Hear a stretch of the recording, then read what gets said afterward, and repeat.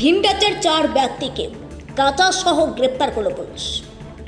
জানা যায় বুধবার রাতে একটি বিহারের নম্বর প্লেটের ভিআইপি করে 4 ব্যক্তি শীতলকুচি থেকে মাথাভাঙ্গার দিকে যাচ্ছিলেন। ধরলা সেতু সংলগ্ন পুলিশের নাকা চেকপোস্টে গাড়িটি আটক করে শীতলকুচি থানার কর্তব্যরত পুলিশ অফিসার। 4 ব্যক্তির কথার অসংলগ্নতা থাকায় নাকা চেকপোস্টেই আটকে রাখে পুলিশ। খবর পেয়ে ঘটনাস্থলে আসেন মাথাভাঙ্গা এসডিপিও সমরেন হালদার, শীতলকুচি থানার ওসি এন্থনি হোরো সহ বিশাল পুলিশ বাহিনী। এসডিপিওর উপস্থিতিতে গাড়িটি তল্লাশি চালায় পুলিশ। গাড়ির পেছনের সিটের ভেতর থেকে 7টি প্যাকেট উদ্ধার হয়। সেই প্যাকেটগুলিতে প্রায় 15 কেজি গাঁজা উদ্ধার হয়। ধৃতরা পুলিশের জেরায় স্বীকার করে তারা দিনহাটা থেকে বিহারের দিকে গাঁজা নিয়ে আসছিলেন। ধৃতদের 2 জনের বাড়ি বিহারে এবং 2 জনের বাড়ি উত্তরপ্রদেশে বলে জানা গেছে।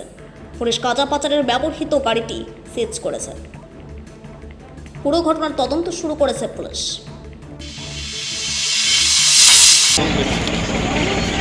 এই যে ধরলা ব্রিজ যে নাকা আছে শীতলকুচি সাইডে, এই নাকা প্রতিনিয়ত চলে এবং গতকাল রাত্রে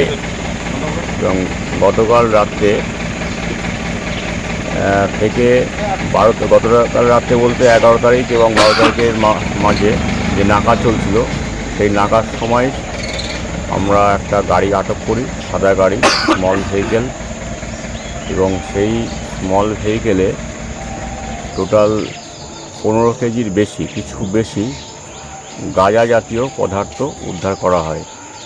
সেই সঙ্গে 4 জন গাড়ির সঙ্গে ছিল, ড্রাইভার সমেত, তাদেরকেও আটক করা হয়। তাদের মানে কি বাড়ি কি এখানেই? প্রাথমিকভাবে তাদের বাড়ি এখানে না, তারা হচ্ছে দিনহাটার সাইড থেকে আসছিল। তাদের 4 জনের নাম সোনু কুমার যাদব,